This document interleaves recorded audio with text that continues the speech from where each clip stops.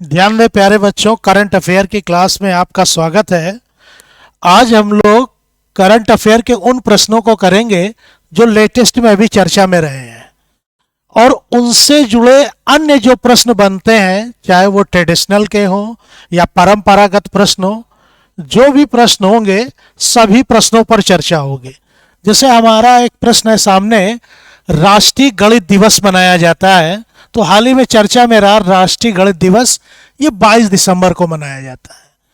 तो ये प्रश्न तो कम पूछा जाता है, लेकिन इससे रिलेटेड जो प्रश्न है वो बहुत अधिक पूछा जाता है। जैसे जब आप गणित की चर्चा करते हैं तो इसमें एक प्रश्न है, एबल पुरस्कार। एबल पुरस्कार आपसे बहुत अधिक पूछा जाता है। पूछा जाता है एबल पुरस्कार का संबंध किससे है और ये किस क्षेत्र में दिया जाता है।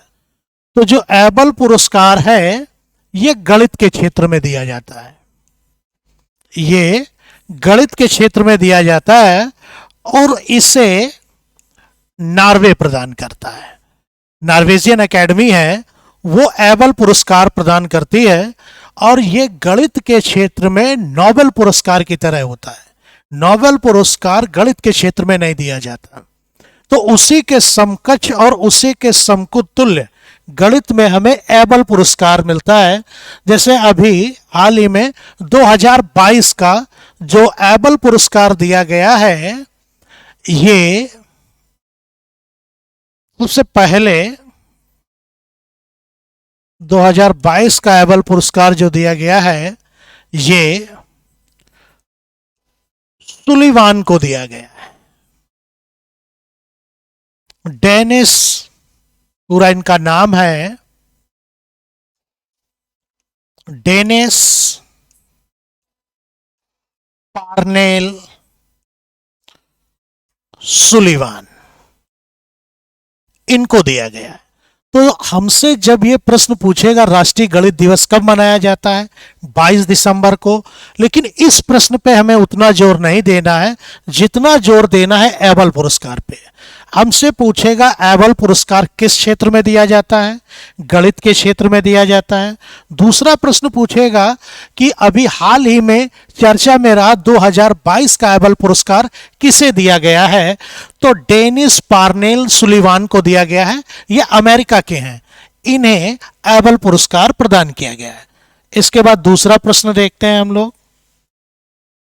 दूसरा प्रश्न है, हाल ही में UNSC United nation security councils ने किस देश पर अब तक का पहला प्रस्ताव अपनाया है। तो म्यांमार, जो म्यांमार है, जो म्यांमार है, ध्यान दें, ध्यान दें,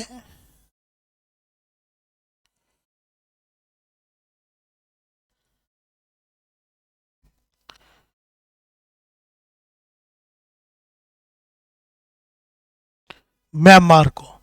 प्रश्न है, हाल ही में UNSC United nation security council ने किस देश पर अब तक का पहला प्रस्ताव अपनाया है। तो म्यांमार। ये क्यों चर्चा में आया है इसके लिए हम देखते हैं।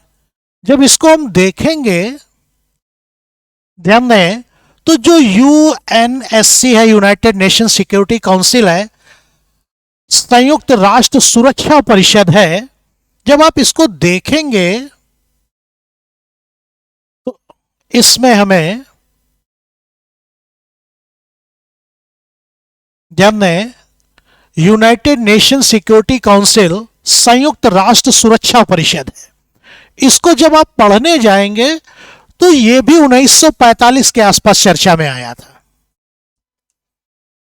और इसमें भी कुल 15 सदस्य होते हैं, जिसमें 5 स्थायी होते हैं और 10 अस्थायी होते हैं। ध्यान रखिए, मेरा प्रश्न पहले यूएनएससी से है, यूनाइटेड नेशन सिक्योरिटी काउंसिल से, संयुक्त राष्ट्र सुरक्षा परिषद से है। सबसे पहले संयुक्त राष्ट्र सुरक्षा परिषद को हम देखेंगे और फिर देखेंगे कि म्यांमार के लिए ऐसा क्यों किया गया है। तो जब हम लोग संयुक्त राष्ट्र सुरक्षा परिषद की बात करते हैं, यूनाइटेड नेशन सिक्योरिटी काउंसिल की बात करते हैं, तो देखते हैं कि ये 1945 में अस्तित्व में आया। इसके 15 देश सदस्य होते हैं, जिनमें 5 स्थायी और 10 अस्थायी होते हैं। 5 स्थायी कौन से होते हैं? इसमें रूस है, ब्रिटेन है,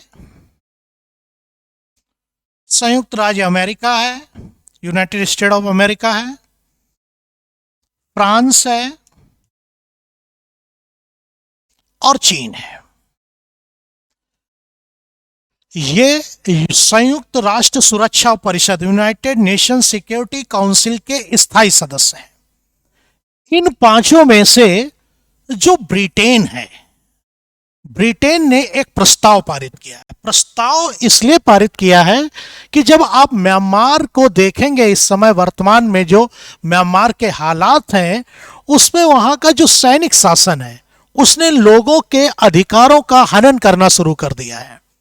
इन अधिकारों के हनन में वहां के बहुत से नागरिक, लोकतांत्रिक पहल करने वाले लोगों को और अन्य नेताओं को बंदी बना लिया है, जेल में डाल दिया। जैसे हम लोग म्यांमार की एक बड़ी मानवाधिकार कार्यकर्ता का नाम पढ़ते हैं, आन सान सू। जो हम लोग आन सान सू को पढ़ते हैं तो देखते हैं कि इन्होंने म्यांमार में डेमोक्रेसी के लिए बहुत अधिक लड़ाई लड़ी, लंबे समय तक जेल में रहे और पुनः फिर इन्हें जेल में डाल दिया गया है। इसके साथ साथ एक नाम और है,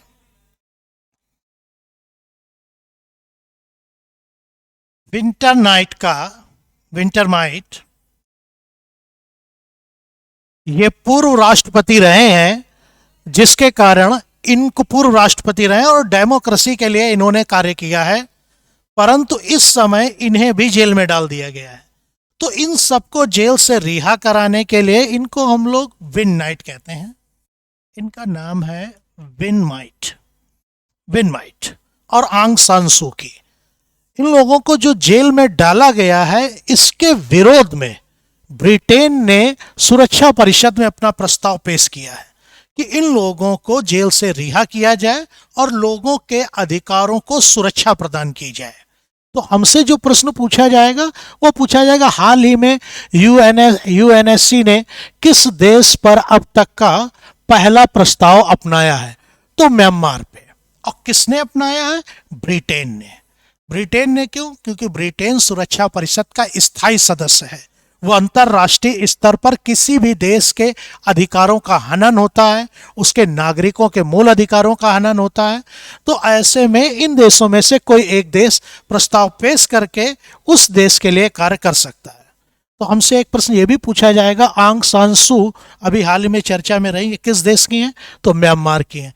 विन माइट जो हैं, ये म्यांमार के पूर्व राष्ट्रपति हैं। इनको भी बंदी बना लिया गया है, जिसके कारण ये प्रस्ताव पास किया गया है। इसके बाद हमारा अगला प्रश्न है, अगला प्रश्न है हमारा, हाल ही में प्यूमा इंडिया ने किसे अपना ब्रांड एम्बेसडर चुना है? तो ये अनुष्का शर्मा को, ये अनुष्का शर्मा को चुना है। क्वेश्चन है, हाल ही में प्यूमा इंडिया ने किसे अपना ब्रांड एम्बेसडर चुना है? तो ये अनुष्का शर्मा को चुना है। एक और है, हाल ही में सार्ली एखर्ड का निधन हुआ है। वे किस देश से, वे किस क्षेत्र से जुड़ी हुई हैं? तो वो गीतकार हैं। सार्ली एखर्ड गीतकार हैं।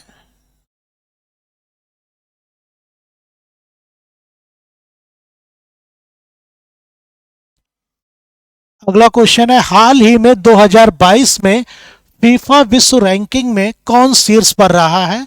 तो ये ब्राजील रहा है। क्वेश्चन पूछा गया, हाल ही में 2022 में फीफा रैंकिंग में कौन सा देश शीर्ष पर रहा है? तो ब्राजील रहा है। जब आप ब्राजील को देखते हैं तो ब्राजील से जुड़े कई प्रश्न है हमारे पास। जैसे ब्राजील को कहवा की जन्मस्थली कहा जाता है और यहां पर जो कहवा के बागान है, कहवा की जन्मस्थली कहा जाता है, और कहवा के जो बागान हैं उन्हें फैजेंडा कहा जाता है। ध्यान रखिए, ये प्रश्न पूछा गया है। पूछा जाता है, बताइए ब्राजील में कहवा के बागानों को क्या कहते हैं? फैजेंडा कहते हैं। इसके साथ साथ 1992 में ब्राजील में रियो सम्मेलन हुआ। इसे हम लोग पृथ्वी शिखर सम्मेलन के नाम से भी जानते हैं। अर्थ समिट है ये। आपसे पूछा जाता है कि बताइए पृथ्वी शिखर सम्मेलन कब हुआ? 1992 में। कहां हुआ? ब्राजील के रियो या रियो डी जेनेरियो शहर में हुआ। इसका संबंध ग्लोबल वार्मिंग से है। इसका संबंध ग्लोबल वार्मिंग से। इसके साथ साथ जब आप ब्राजील को देखेंगे तो यहां पर अमेजन वनों को भी पढ़ते हैं। इन्हें रेन फॉरेस्ट या वर्षा वनों के नाम से भी जाना जाता है। इन्हें लंग्स ऑफ अर्थ भी कहा जाता है, पृथ्वी का फेफड़ा भी कहा जाता है। इसके साथ साथ अगर बायोडायवर्सिटी की बात हो जाए, कभी जैव विविधता की बात हो जाए कि विश्व में सबसे अधिक जैव विविधता किस देश में पाई जाती है, तो ब्राजील में ही पाई जाती है। इसका कारण है कि ब्राजील के इसी क्षेत्र में जो विषुवत रेखा के आसपास का एरिया है, 0 डिग्री के आसपास का एरिया है, उसके आसपास अमेजन नदी का विस्तार है, और जिसके कारण वर्षा वन यहाँ पर पाए जाते हैं। वर्षा वनों के कारण हम लोग यहाँ पर विभिन्न प्रकार के जीव जंतुओं और वनस्पतियों में भी विविधता देखते हैं। तो जो ब्राजील से प्रश्न बनेंगे उसमें पहला जो करंट का प्रश्न है वो हाल ही में 2022 में फीफा विश्व कप रैंकिंग में पहला कौन रहा है? ब्राजील। दूसरा, कहवा की जन्मस्थली किसे कहते हैं? ब्राजील को। कहवा के बागानों को क्या कहेंगे? फैजेंडा। इसके बाद 1992 का रियो सम्मेलन या पृथ्वी शिखर सम्मेलन कहाँ हुआ? ब्राजील में। अमेजन वन या रेन फॉरेस्ट या वर्षा वन कहाँ पाए जाते हैं? ब्राजील में पाए जाते हैं। सबसे अधिक जैव विविधता, बायोडायवर्सिटी कहाँ देखी जाती है? ब्राजील में देखी जाती है। इसके बाद अगला प्रश्न है,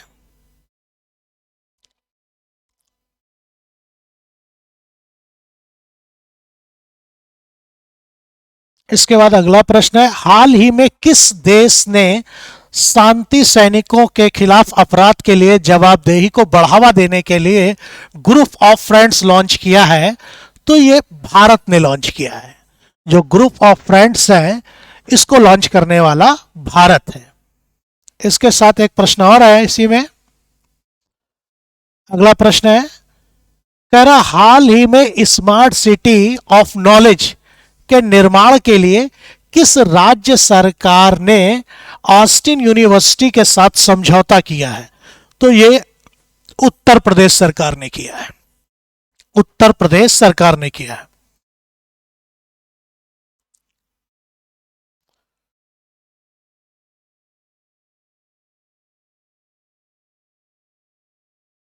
इसके बाद अगला क्वेश्चन कह रहा है कि हाल ही में भारत इंडोनेशिया निवेश और व्यापार संघ की बैठक कहां आयोजित की गई है? तो ये पोर्ट ब्लेयर में आयोजित की गई है। पोर्ट ब्लेयर में आयोजित की गई है। जब आप अंडमान निकोबार द्वीप समूह को पढ़ते हैं, ध्यान दें, तो आप इस तरह से देखते हैं। इसे आप उत्तरी अंडमान के नाम से जानते हैं, उत्तरी अंडमान। इसे आप मध्य अंडमान के नाम से जानते हैं, इसे आप दक्षिणी अंडमान के नाम से जानते हैं।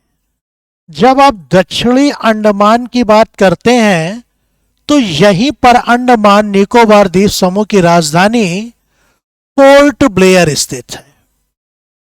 ये ध्यान रखिए। एक तो प्रश्न आपके पास ट्रेडिशनल में यह है कि पोर्ट ब्लेयर कहां स्थित है, तो अंडमान निकोबार द्वीप समूह का जो दक्षिणी अंडमान वाला हिस्सा है वहां पर पोर्ट ब्लेयर है। और इसी दक्षिणी अंडमान वाले हिस्से में ही हमें एक जेल मिलती है जिसे हम लोग सेलुलर जेल कहते हैं। सेलुलर जेल इसलिए चर्चा में रहती है कि इसे ब्रिटिश काल में हम लोग सजा ए काला पानी के लिए जानते हैं। यह अक्सर प्रश्न पूछा जाता है कि सजा ए काला पानी का संबंध किस जेल से है, तो सजा ए काला पानी का संबंध सेलुलर जेल से है। और सेलुलर जेल अंडमान निकोबार द्वीप समूह के दक्षिणी अंडमान वाले हिस्से में स्थित है, जहां पर अंडमान निकोबार द्वीप समूह की राजधानी पोर्ट ब्लेयर है। इसके साथ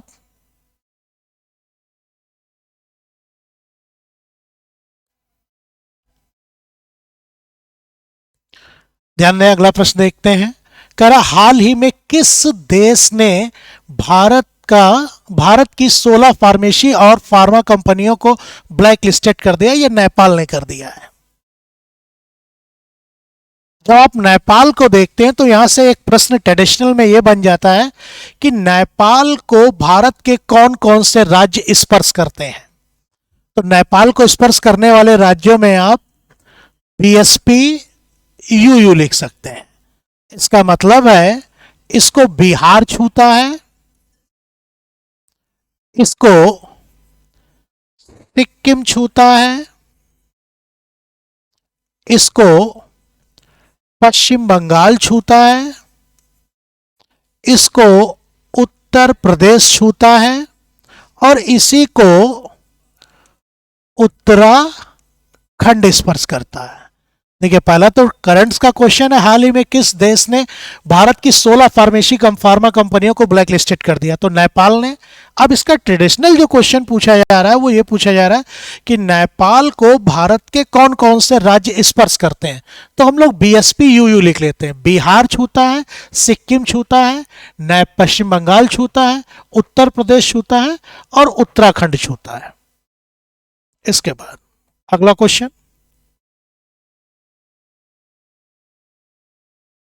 हाल ही में अमेरिका किस देश को अपनी प्रमुख पैट्रियट मिसाइल रक्षा प्रणाली प्रदान कर रहा है? ध्यान दें, अभी लेटेस्ट में आपने 2-3 दिनों में चर्चा में देखा होगा यूक्रेन को। यूक्रेन के जो प्रेसिडेंट से हैं, राष्ट्रपति हैं जेलेंस्की, वो अमेरिकी यात्रा पर है। अमेरिकी यात्रा ये 2 तर्ज पर है। एक तो अमेरिका से आर्थिक मदद लेनी है, दूसरा यूक्रेन को अमेरिका से रक्षा प्रणाली में भी कुछ हथियार खरीदने हैं। इसमें एक हथियार है, हम लोग पढ़ते हैं एडवांस एयर डिफेंस सिस्टम को। जब हम एडवांस एयर डिफेंस सिस्टम को पढ़ते हैं तो ये रक्षा प्रणाली में अति उच्च कोटि का हथियार माना जाता है। यह विभिन्न मिसाइलों को एंटी मिसाइल के रूप में भी कार्य करता है। इसमें विभिन्न प्रकार की मिसाइलों को दागने की क्षमता होती है, उसके साथ साथ आने वाली मिसाइलों को ऊपर ही मार गिराने की क्षमता होती है। जैसे इजराइल अपनी आयरन डोम प्रणाली का इस्तेमाल करता है, उसमें वो एडवांस एयर डिफेंस सिस्टम का ही प्रयोग करता है।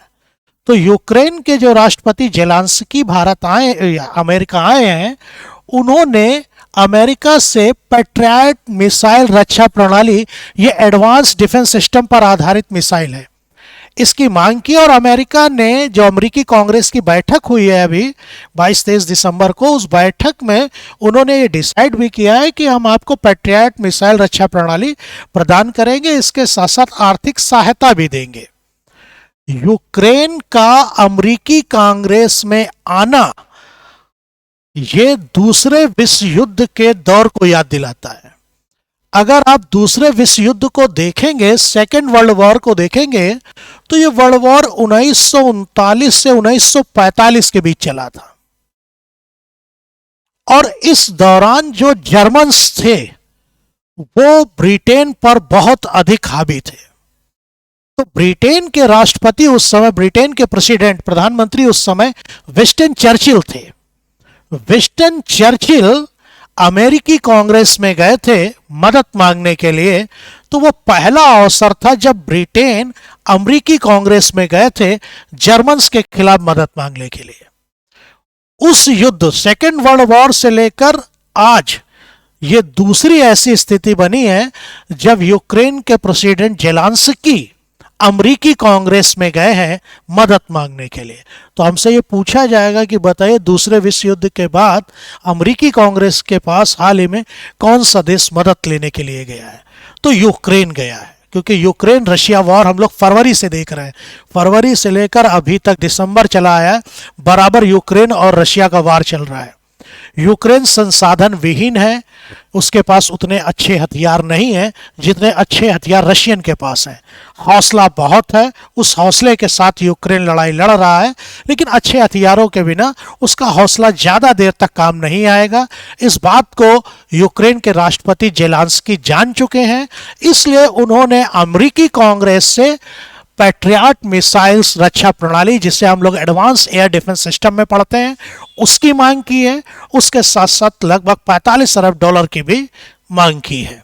तो हमसे एक क्वेश्चन पूछा जाएगा, हाल ही में अमेरिका किस देश को अपनी प्रमुख पैट्रियट मिसाइल रक्षा प्रणाली प्रदान कर रहा है? यूक्रेन को। और यूक्रेन के साथ एक आपको ट्रेडिशनल का क्वेश्चन भी याद रखना है। दूसरे विश्व युद्ध के समय विंस्टन चर्चिल अमेरिकी कांग्रेस के पास गए थे मदद मांगने, और तब से लेकर ये लगभग 1941 में मदद मांगने गए थे, 1941 से लेकर 2022 ये दूसरा अवसर है जब जेलेंस्की गए हैं अमेरिकी कांग्रेस के पास मदद मांगने। इसके बाद अगला क्वेश्चन देखिए,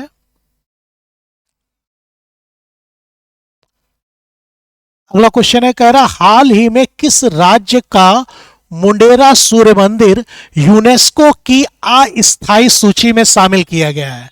जो मुंडेरा है ये गुजरात में पड़ता है, गुजरात का एक गांव है, तो ये गुजरात का सूर्य मंदिर है। जब हम लोग सूर्य मंदिरों की चर्चा करते हैं अपने देश में, तो अपने यहां जो उड़ीसा का कोणार्क मंदिर है ये सबसे अधिक जाना जाता है, लेकिन इसके अतिरिक्त भी हमारे यहाँ 9 सूर्य मंदिर हैं, जिनमें से कुछ प्रमुख हैं। जैसे आपने गुजरात के मुंडेरा का सूर्य मंदिर देखा, इसके साथ साथ कश्मीर में, कश्मीर के एक शासक थे ललितादित्य मोक्तपिंड, ललितादित्य मोक्तपिंड ने कश्मीर में एक सूर्य मंदिर बनवाया था। इसके साथ साथ आप एक सूर्य मंदिर को देखते हैं असम में, असम में भी आपको एक सूर्य मंदिर मिलेगा, इसे हम लोग प्रहरी सूर्य मंदिर कहते हैं। असम में जो सूर्य मंदिर मिलेगा उसे हम लोग प्रहरी सूर्य मंदिर के नाम से जानते हैं।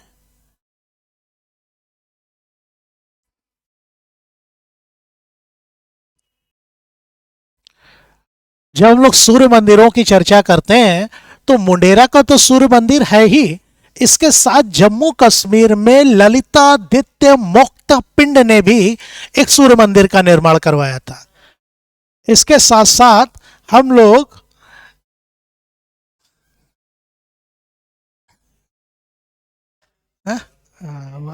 ध्यान दें, जब हम लोग सूर्य मंदिरों की चर्चा करते हैं तो उसमें हमने देखा कि ये क्वेश्चन आ गया, हाल ही में किस राज्य का मुंडेरा सूर्य मंदिर यूनेस्को की अस्थायी सूची में शामिल किया गया है?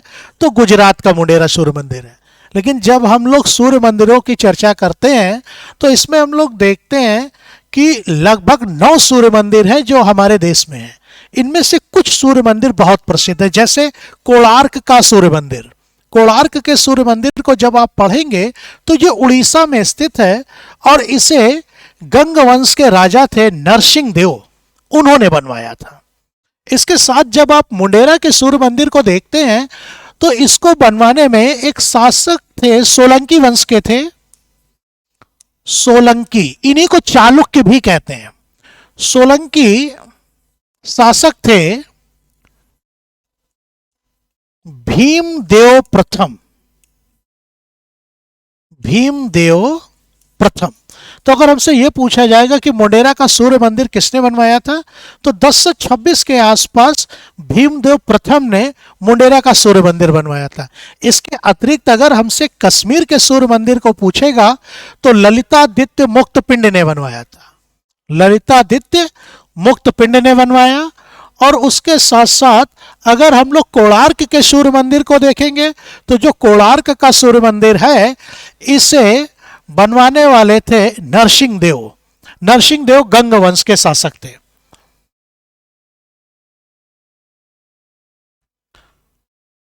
अगला क्वेश्चन है, हाल ही में 36वीं एशियाई कुश्ती चैंपियनशिप 2023 कि मेजबानी कौन करेगा, तो इसकी मेजबानी नई दिल्ली करेगा। फिर कह रहा हाल ही में 10 एशियाई विशालकाय कछुओं को किस राज्य के संरक्षित क्षेत्र में छोड़ा गया है, तो इसे नागालैंड में छोड़ा गया है।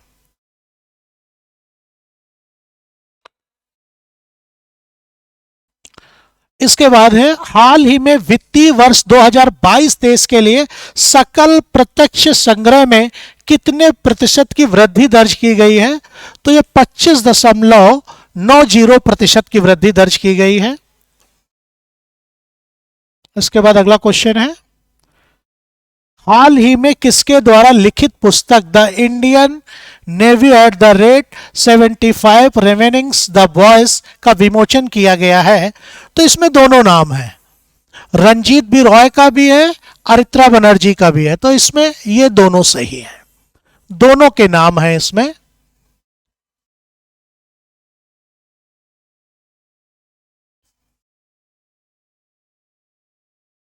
ध्यान दें।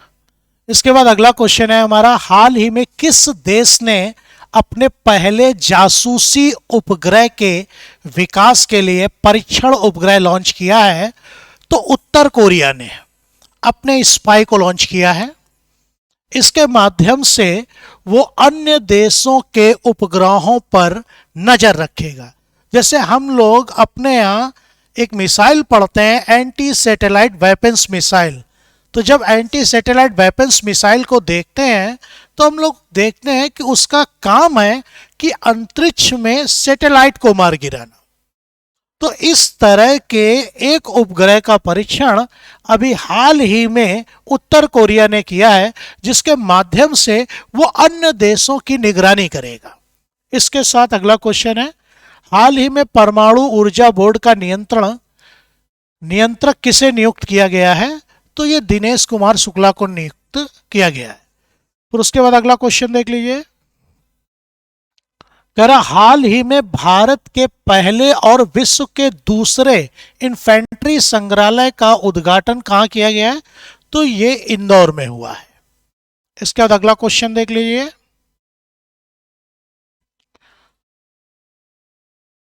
हाल ही में किसने भारत का पहला ग्रीन स्टाल ब्रांड कल्याण फॉरेस्टा लॉन्च किया है, ये सिंधिया ने किया है। हाल ही में किसने पहली बार जनजातीय शीतकालीन महोत्सव की मेजबानी की है, तो ये जम्मू कश्मीर ने की है।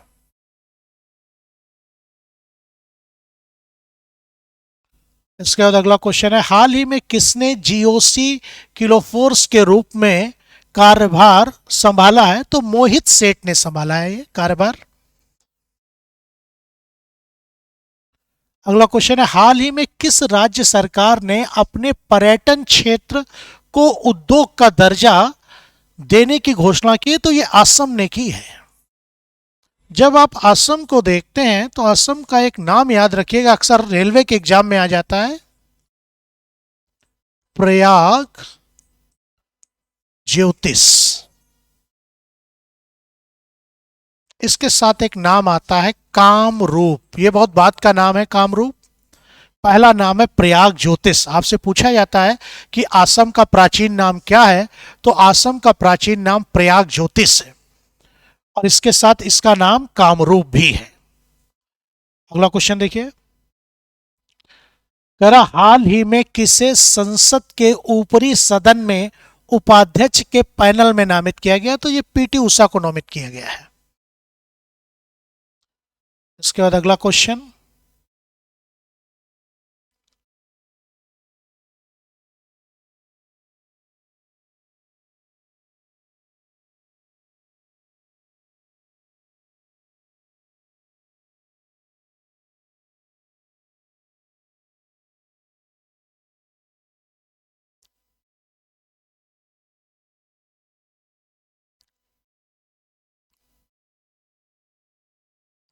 तकनीकी ज्ञान की जानकारी नहीं है, इसलिए दा कुशवाहा सर बड़ी मदद कर रहे हैं कि मैं आपकी क्लास अच्छी तरह ले सकूं। ध्यान दें। अगला क्वेश्चन है हाल ही में किस देश की अंतिम राजकुमारी अबीगैल कावानकोवा का निधन हुआ है, ये हवाई से जुड़ी हुई हैं। इसके बाद है, हाल ही में नैक ने ए ग्रेड पाने वाला एकमात्र भारतीय विश्वविद्यालय कौन सा है? तो ये गुरु नानक देव विश्वविद्यालय है अमृतसर का, जिसे नैक ने अवॉर्डेड किया है अभी। जब आप नैक को पढ़ते हैं तो ये राष्ट्रीय स्तर पर मूल्यांकन करता है विश्वविद्यालयों का, उच्च शिक्षण संस्थानों का और अन्य निकायों का। उसके माध्यम से ये रैंकिंग प्रदान करता है। तो ये रैंकिंग उसने ए ग्रेड प्रदान किया है गुरु नानक देव विश्वविद्यालय को, नैक ने। इसके बाद अगला क्वेश्चन है, कह रहा हाल ही में किस राज्य की विधानसभा ने अनधिकृत विकास अनियमितीकरण विधेयक पारित किया है? तो ये गुजरात सरकार ने किया है। इसके बाद अगला क्वेश्चन देखिए, कह रहा हाल ही में किसने दूसरी बार प्रो कबड्डी लीग का खिताब जीता है? तो ये पिंक पैंथर, जयपुर की जो पिंक पैंथर टीम है उसने इसको जीता है। फिर कह रहा हाल ही में प्रति कृषि परिवार औसत मासिक आय में कौन सा राज्य शीर्ष पर है? तो ये मेघालय है। मेघालय में आप 3 पहाड़ियों को पढ़ते हैं अक्सर, गारो, खासी और जयंती की पहाड़ियां।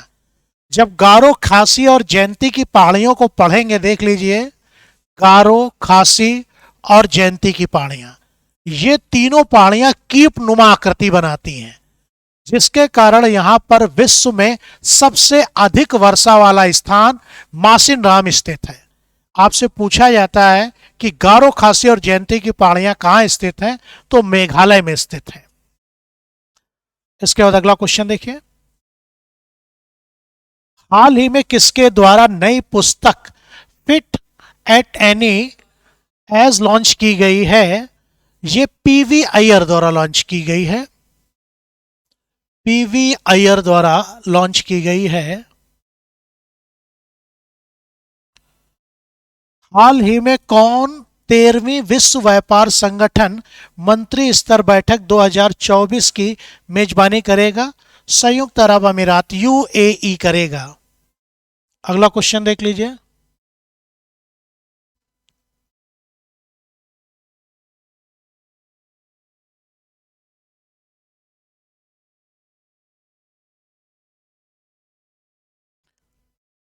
आगे देखते हैं। अगला क्वेश्चन है हमारा, हाल ही में राष्ट्रीय मानव एकता दिवस कब मनाया गया? तो इसे हम लोगों ने 20 दिसंबर को मनाया है। इसके बाद अगला क्वेश्चन है, हाल ही में भारत ने किस देश में 11वें विदेशी कार्यालय परामर्श का आयोजन किया है? यह नीदरलैंड में किया है। इसके बाद अगला क्वेश्चन देख लीजिए,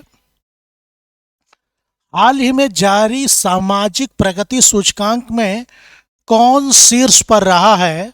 तो पौंडीचेरी रहा। जब आप पौंडीचेरी को देखते हैं तो पौंडीचेरी का जो प्राचीन नाम है वो है अरकमेडू।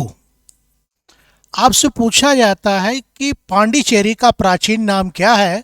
तो अरकमेडू है।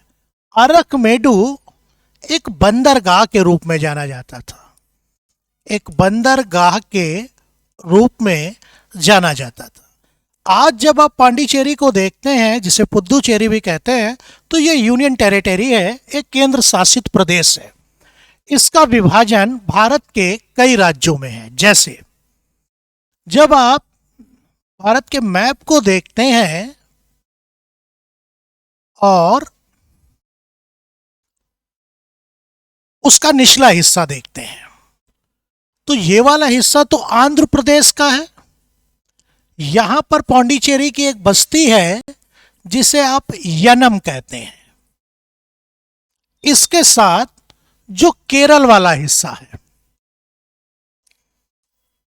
यहां पर भी पांडिचेरी की एक बस्ती है जिसे हम लोग माहे कहते हैं।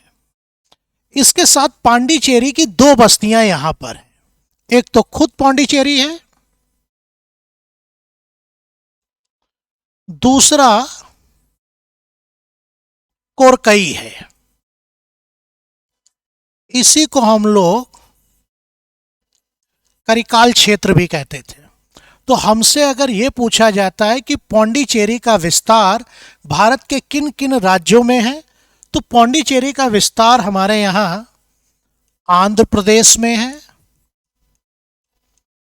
तमिलनाडु में है और केरल में है।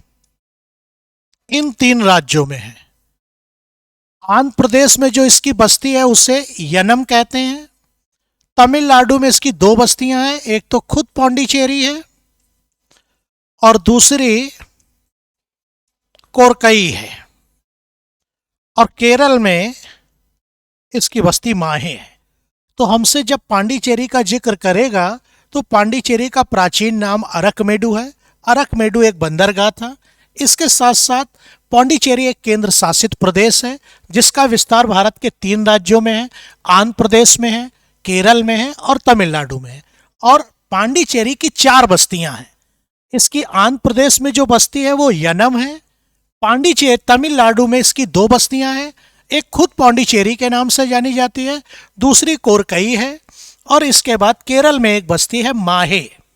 और करंट का जो क्वेश्चन है हमारा वो ये है कि हाल ही में जारी सामाजिक प्रगति सूचकांक में कौन शीर्ष पर रहा है, तो पुदुचेरी या पौंडीचेरी रहा है। अगला क्वेश्चन देखिए, हाल ही में भारतीय रेलवे ने कहां देश की सबसे लंबी स्कैप टनल बनाई है, तो ये जम्मू कश्मीर में बनाई है। उसके बाद अगला क्वेश्चन है, हाल ही में खबरों में रही सेला दर्रा सुरंग किस राज्य में स्थित है, तो ये अरुणाचल प्रदेश में है। ये अरुणाचल प्रदेश में है। अरुणाचल प्रदेश में जब आप दर्रे की बात करते हैं तो यहां पर एक बहुत प्रसिद्ध दर्रा आपको मिलता है, यांग याप दर्रा। जो ब्रह्मपुत्र नदी है वो भारत में इसी दर्रे से प्रवेश करती है, यांग याप दर्रे से। इसके साथ साथ एक दर्रा हमें और मिलता है, बोमिंडिला दर्रा। एक दर्रा हमें मिलता है बोमिंडिला दर्रा, यह भी हमें अरुणाचल प्रदेश में मिलता है। इसके बाद अगला क्वेश्चन है, हाल ही में हार्वर्ड यूनिवर्सिटी की पहली अश्वेत कौन नियुक्त की गई है? पहली अश्वेत प्रेसिडेंट हैं ये इस विश्वविद्यालय की अध्यक्षिका हैं, ये क्लाउडिंग गे हैं। क्लाउडिंग गे को चुना गया है इसके लिए। हाल ही में राज्य में ऑनलाइन जुए को रोकने के लिए किस राज्य सरकार ने टास्क फोर्स बनाई है? तो मध्य प्रदेश सरकार ने टास्क फोर्स का गठन किया है। अगला क्वेश्चन है, हाल ही में इंडियन नेवी में शामिल हुई 5वीं स्कॉर्पियन श्रेणी की पनडुब्बी का नाम क्या है? ध्यान दें, यहां से और भी प्रश्न बन रहे हैं। जब हम लोग स्कॉर्पियन श्रेणी की पनडुब्बियों को देखते हैं तो ये भारत और रूस के साथ, भारत और फ्रांस के साथ एक समझौता हुआ है। भारत और फ्रांस के साथ एक समझौता हुआ है जिसे हम लोग K-75 या प्रोजेक्ट 75 के नाम से जान रहे हैं। इस K-75 या प्रोजेक्ट 75 के प्रोजेक्ट के तहत भारत फ्रांस के साथ मिलकर स्कॉर्पियन श्रेणी की 6 पनडुब्बियां बना रहा है।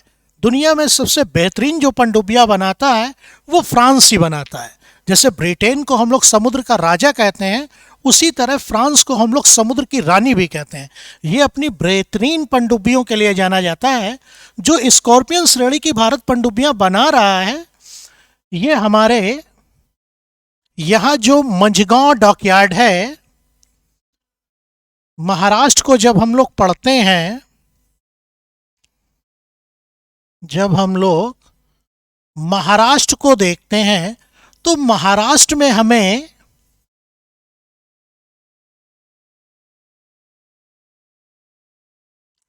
मंझगांव डॉकयार्ड मिलता है।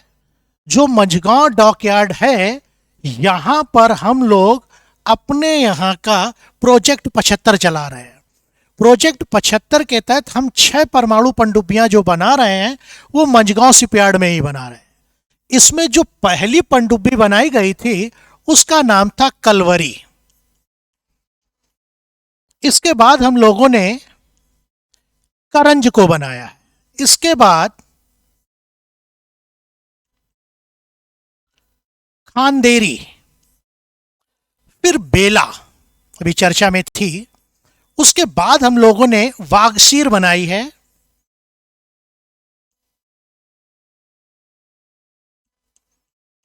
वागशीर और वागीर। ध्यान दीजिए, हमसे पूछेगा कि बताइए भारत किस देश के साथ मिलकर स्कॉर्पियन श्रेणी की पनडुब्बियां बना रहा है। स्कॉर्पियन का मतलब बिच्छू होता है। भारत फ्रांस के साथ मिलकर स्कॉर्पियन श्रेणी की पनडुब्बियां बना रहा है। फिर कहेगा इस प्रोजेक्ट का नाम क्या है, तो ये प्रोजेक्ट K75 या प्रोजेक्ट P75 के नाम से जाना जा रहा है। फिर पूछेगा ये स्कॉर्पियन श्रेणी की पनडुब्बियां भारत में बन कहाँ रही हैं, तो मंझगांव शिपयार्ड में बन रही हैं। मंझगांव महाराष्ट्र में पड़ता है। फिर पूछेगा जो प्रोजेक्ट 75 के तहत 6 पनडुब्बियां हैं वो कौन कौन सी हैं, तो इसकी पहली पनडुब्बी कलवरी है, बहुत चर्चा में रही है। फिर करंज है, फिर खांदेरी है, फिर वेला है, फिर वागशीर है और वागीर है। तो हमसे इसमें उसने यही क्वेश्चन किया हुआ है। इसको बढ़ाइए क्वेश्चन को कुशवाहा जी, जरा प्रश्न को बढ़ा दीजिए। अच्छा दूसरे में, हाँ करिए, कर दीजिए, हाँ हटा दीजिए।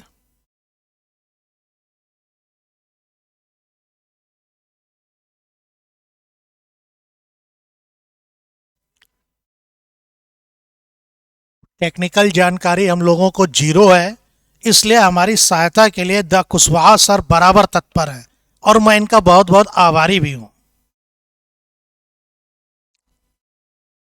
ध्यान दें, अगला क्वेश्चन हमारा आ गया है। कह रहा हाल ही में किस राज्य सरकार ने अपनी सभी योजनाओं के लिए आधार कार्ड अनिवार्य कर दिया है, तो तमिलनाडु गवर्नमेंट ने यह कार्य किया है। इसके साथ अगला क्वेश्चन है, हाल ही में भारतीय नौसेना में शामिल P-15B स्टील्थ गाइडेड मिसाइल का नाम क्या रखा गया है। INS Indian naval ship Mormugao, ये चर्चा में रहा है काफी। इसके साथ अगला क्वेश्चन देखते हैं, हाल ही में किस राज्य के मुख्यमंत्री ने अर्बन G20 लोगो वेबसाइट और सोशल मीडिया हैंडल का अनावरण किया है, तो ये कार्य किया है गुजरात सरकार ने। अगला क्वेश्चन है, हाल ही में किस कंपनी ने केरल के खाद्य ब्रांड निरापारा को खरीदने के लिए समझौता किया है, तो ये विप्रो ने किया है।